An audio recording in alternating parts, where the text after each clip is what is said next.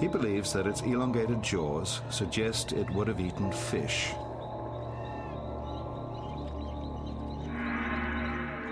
But these prehistoric fish were no trout. Its likely prey were 5-foot-long, bony beasts like lungfish and coelacanths. As Sarcosuchus grew to full size, its jaws became more massive, more robust, suggesting that something even bigger was on the menu.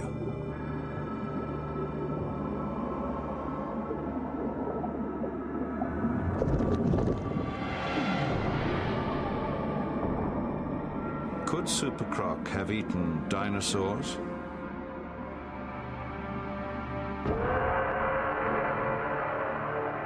Most reptiles, even some meat-eating dinosaurs, have relatively delicate skulls, full of air spaces and fragile bones.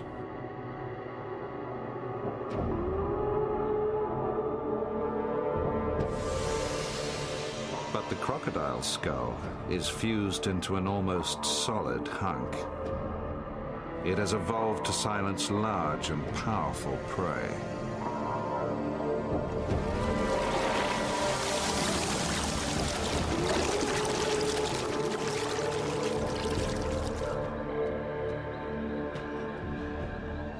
$110 million years ago, the prey was particularly large and powerful.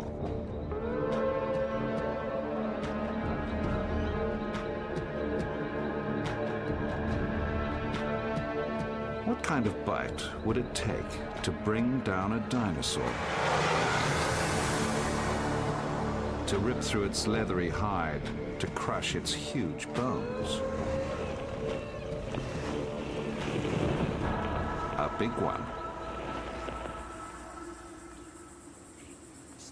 The expert on big bites is biologist Greg Erickson, who studies the biomechanics of feeding at Florida State University.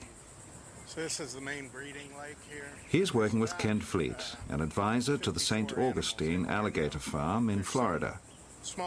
They've been asked by National Geographic to try and calculate the bite force of Sarcosuchus. Was it powerful enough to take down a dinosaur?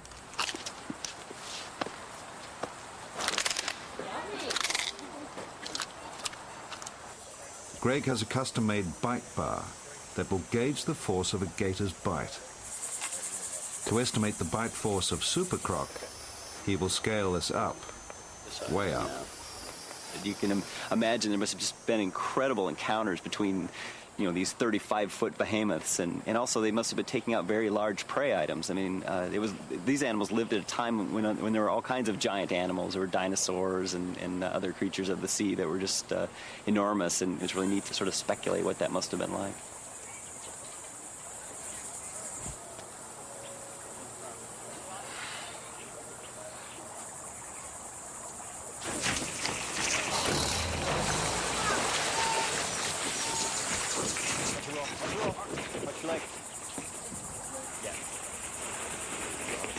What's the offset?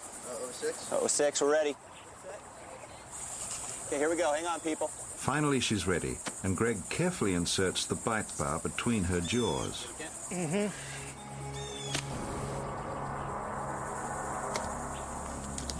But she hasn't finished break it, rolling, break it. and now she has Greg's bite bar wedged between Just her teeth. let her down a little bit. Okay. This animal just generated a snapping bite of 860 pounds, which is an enormous amount of force, and the pressures were extremely high on the tips of those teeth. So if this animal had, say, tried to take out a large prey item, say a deer or something like that, it certainly could have punctured the hide, and obviously it's exerting that kind of force right now. We can't even get our bite bar back out. To force the jaws open is equivalent to lifting 860 pounds. You'd need a car jack to pry the bar out. This is a common behavior, and it's a defensive thing. If you've bitten down on a potential predator or a rival, and you hold on to them, they're obviously not going to be able to turn and get a hold of you. And overpowering bite obviously implies some dominance.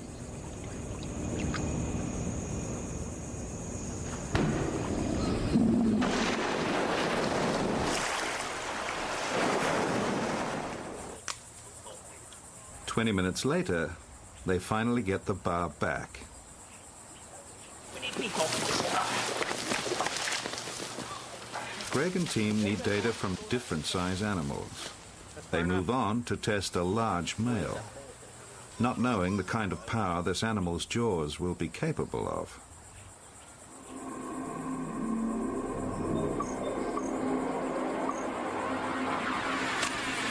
Good bite. Excellent.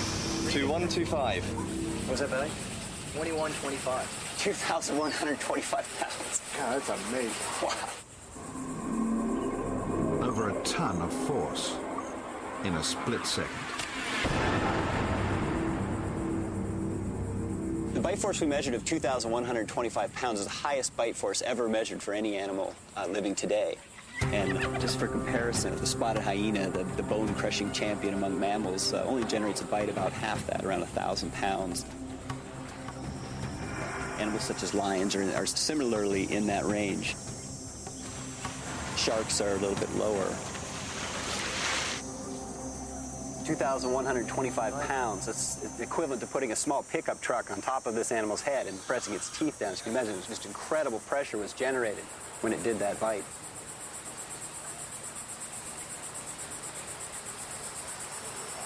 In order to generate this 2,000 plus pound bite force, the animal obviously has to have incredibly large adductor musculature, and that's what you see right here, some of the pterygoid muscles. They're just huge. It's just amazing how big this animal really is. To estimate the bite of Sarcosuchus, Greg must tally bite force against weight. So they have to get this monster onto a scale. Okay. 662 pounds, 12 foot 2.5. That's a big gator. But it's a pipsqueak compared to Sarcosuchus. Clear? If this animal has the highest bite force ever measured, how big a bite did SuperCroc have? To find out, Greg and Kent want to measure a wide range of different crocodile species. This is where the teeth came across, so we're going to switch to a little bit bigger bar on this animal for health reasons. Everyone okay?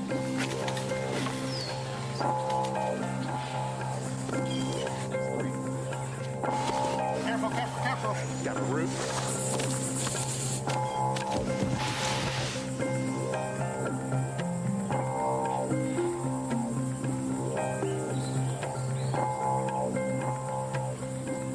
By plotting the measurements, Greg finds that, not surprisingly, the bigger the beast, the more imposing its chomp.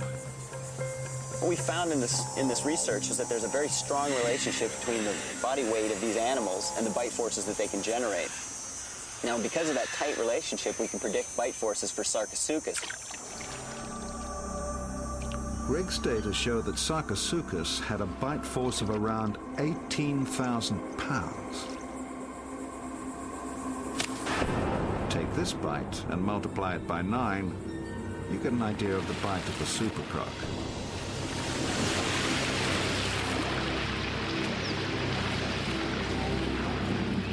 We think that this animal was capable of eating just about anything it wanted. We know what kinds of animals were inhabiting the rivers from the fossils we found right around Sarcosuchus. There were many kinds of very large fish that reached 4 or 5 feet in length. Of course, there were dinosaurs roaming the banks of the rivers. There were plant eaters like Iguanodon, sauropods, the long-necked dinosaurs, like our Diplodocus. There were predatory dinosaurs.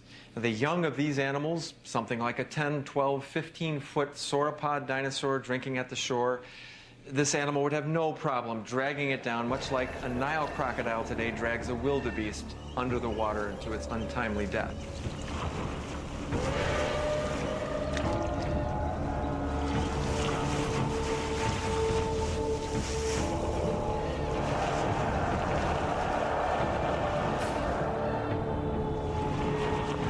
Paul knows from Greg's results that Sarcosuchus probably had a strong enough bite to take down a multi-ton dinosaur.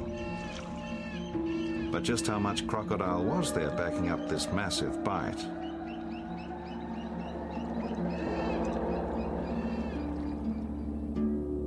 Paul needs to calculate how huge SuperCroc was.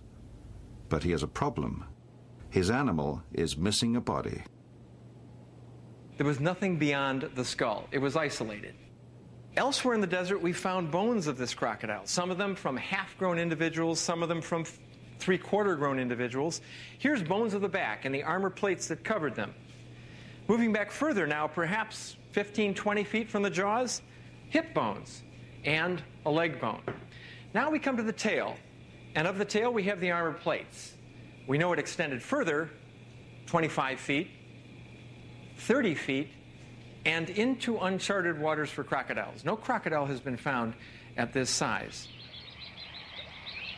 So Paul must find a way to chart those waters. In alligators, research shows a firm relationship between skull length and body length. The two are linked by a kind of magic ratio. If the magic ratio holds for other crocodilian species, Paul can apply it to the SuperCroc. The length of the skull will be the key to finding the length of the whole animal. This expert in beasts of the past needs to measure some of today's crocs. And he knows just the man to help him do it, Dr. Brady Barr. Paul heads into the field, to the Central American country of Costa Rica. This land of rivers and rainforest is home to the American crocodile.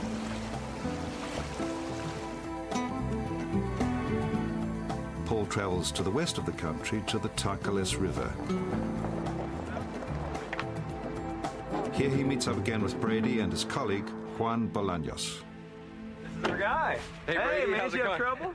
No problem, no All problem. right, Paul Sereno, Juan Bolaños. Oh, this is the famous Paul Sereno. Very nice to meet you. Yeah. I've heard a lot about you. Brady has a National Geographic funded research project, radio tracking crocodiles. And this gives Paul an opportunity.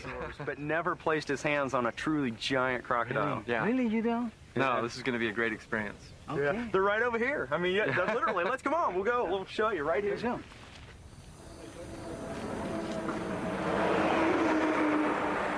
And you're getting ready to experience Land of the Giants right here. Wow. Paul is now on Brady's turf.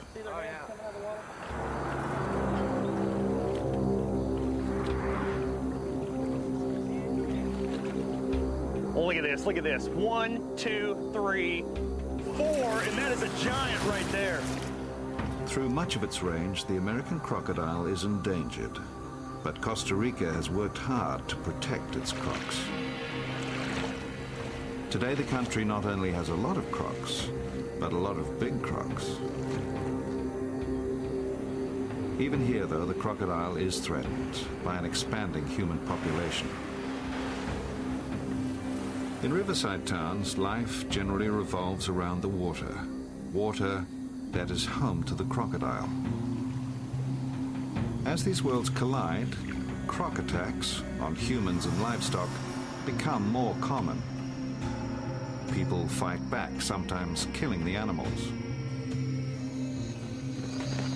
In the past, Brady and Juan have captured a number of problem crocodiles and relocated them to more isolated rivers. Brady's research aims to find out if relocation works in the long term, or if the animals end up homing back to their original territory. To do that, All right, let's go. he has to capture one.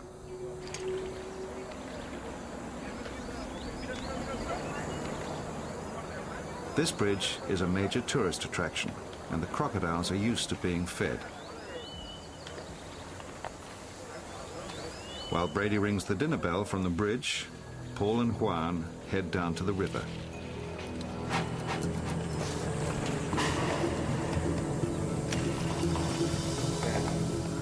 He's moving in.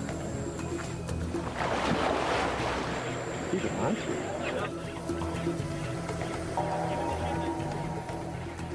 The snaring may appear invasive. In fact, scientists accept it as a standard practice for capturing research animals. That's a big one, man. He's going nuts. He is going nuts.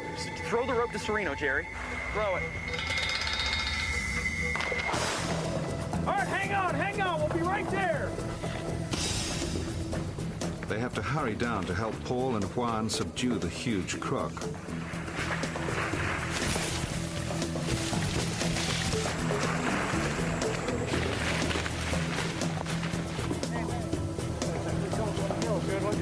Yeah, this is a good one.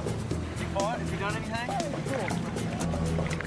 It comes in quite easy until you get it up close. Be careful, this thing can explode out of the water. Okay, let him go.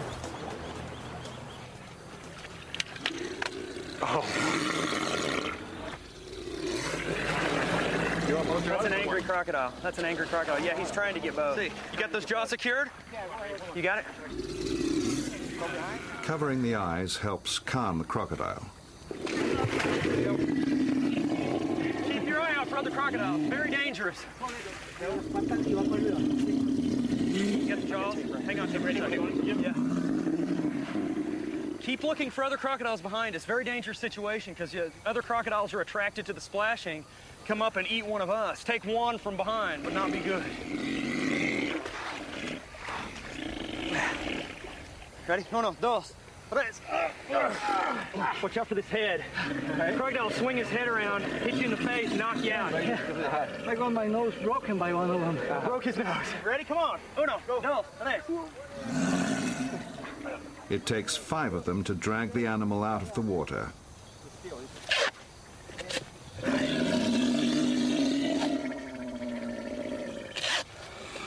That is one angry crocodile. Can you hold that up? Yeah, thank you. To calculate the length of Sarcosuchus, Paul needs to measure this crocodile's head length and body length. Almost 2 feet. Yeah. That's why it's important to keep the eyes covered. Yeah. When he sees you, he goes for you. Okay. I'm guessing this animal's about 12 feet long. You got it? Yeah, it's on the tip. We are a half an inch short of 12 feet. Really? So it's like 12 feet long. 12 feet long. That's a big animal. 12 feet long. Aren't these amazing? Yeah, they really are. One, the scutes on the Sarcosuchus that we dug up, how big were they? They're almost 20 inches each They're side. that long. And at the very front, there's these huge teeth that... The animal reminds them that it is just resting. Let's get the legs tied. That's our cue to stop talking and get this thing secured. How about the strength of that animal, Paul? That's pretty impressive, isn't it? Very impressive. It's amazing that we can handle it after we let it tire itself out a little bit. The power, the instant power is incredible, but then it gets tired quick.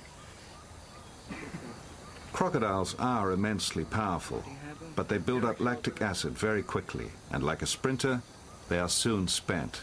Take it out. It takes them time to recover. He's breathing out, and it's cool. It's cool air coming out of there. Even though he's been exercising like a fiend in fighting us for a half an hour, 45 minutes, and struggling up here on the beach. And it breathes out, and it's like an air conditioner. Now, was Sarcosuchus in the same arrangement? Were the eyes in the same position with the nostrils on top of the snout like this? Yeah, the nostrils were on top of the snout like that, and the eyes were, if anything, even further to the top of the skull. It was a sabotage predator, in much the same way, but even more. Paul is convinced that Sarcosuchus hunted in the same way as today's crocodiles, sneaking up on prey with just its eyes and nostrils breaking the water.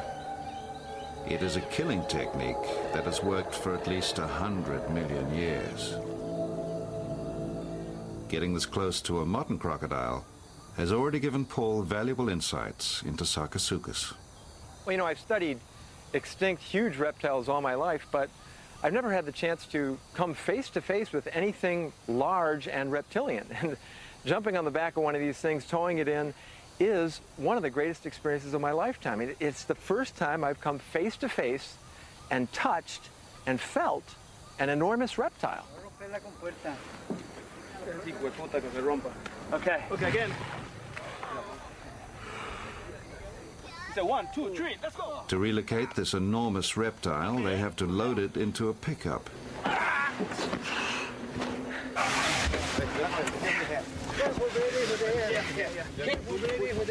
Yeah.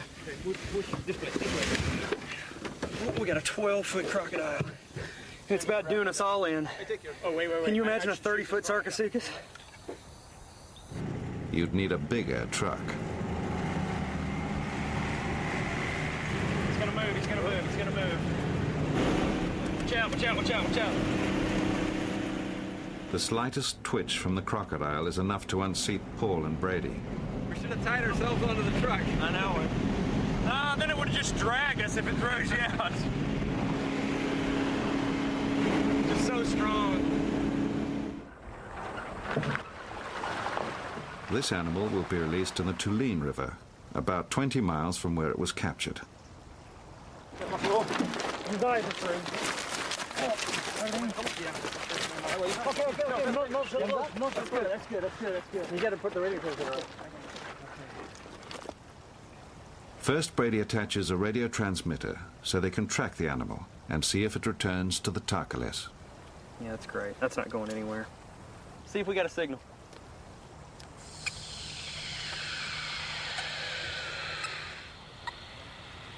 So that's it. We're picking up a signal. Is that a strong signal? Strong signal, healthy signal. Now be careful because the jaws are now free. On to the left, on 3. Uno, dos, tres. See how colorful he is. Got that mottled look. Yeah, it's beautiful. Black splotches. Really nice. Good-looking animal.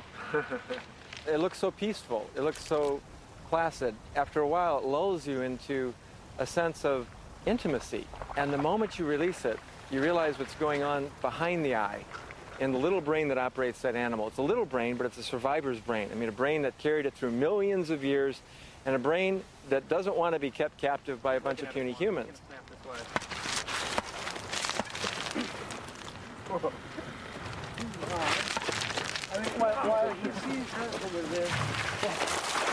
of a sudden, that beautiful, placid eye takes on a certain viciousness, and it can turn on you, of course, in a flash of a second. Look at that. He's taking a look at us.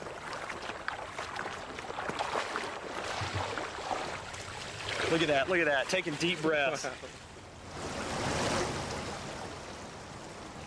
Brady needs to capture more individuals to get enough data for his study. And Paul wants measurements from a larger animal, the bigger the better, to approximate SuperCroc. The best time to catch a big crocodile is at night, when they are usually less wary. Trying to catch a big, alert crocodile during the day is almost impossible.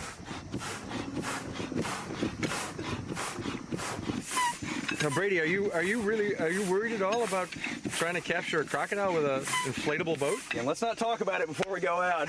Let's get this thing in the water.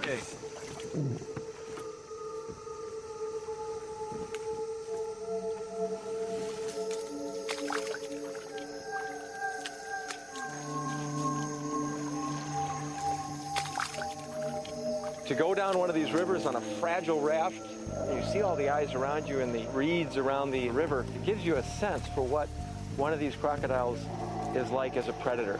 It's eyeing you, you're eyeing it, you really have even the stakes in a sense, because you really feel vulnerable. You really feel like you understand what this predator is about.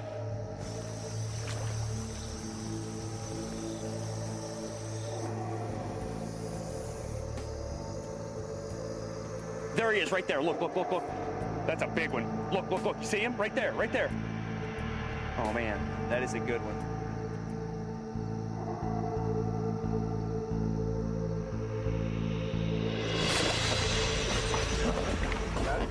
Brady finally manages to snare the beast. Watch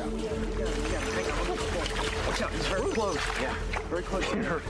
Right under the boat. Yeah. I got you back up. Brady can tell by the weight on the rope that this is a serious crocodile. Just get to shore. I mean, I got a crocodile right here. How close? No. Watch out. He is right under the boat.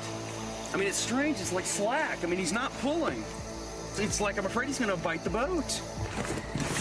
As soon as he realizes that we're not here, He's under something. Something's going on down there. It seems that somehow the rope has got snagged underwater. It's very deep right there, Warren. There's nothing to do but reach down and free it by Two hand. crocodiles up ahead. will you push, Yeah. push the boat? Sure. I mean, push. They know the enormous crocodile is on the other end of the rope, but where? Man, this is horrifying. I mean, we got giant crocodiles all over the place. They're splashing around. We got an angry 15-footer on the rope. For all they know, the crocodile is literally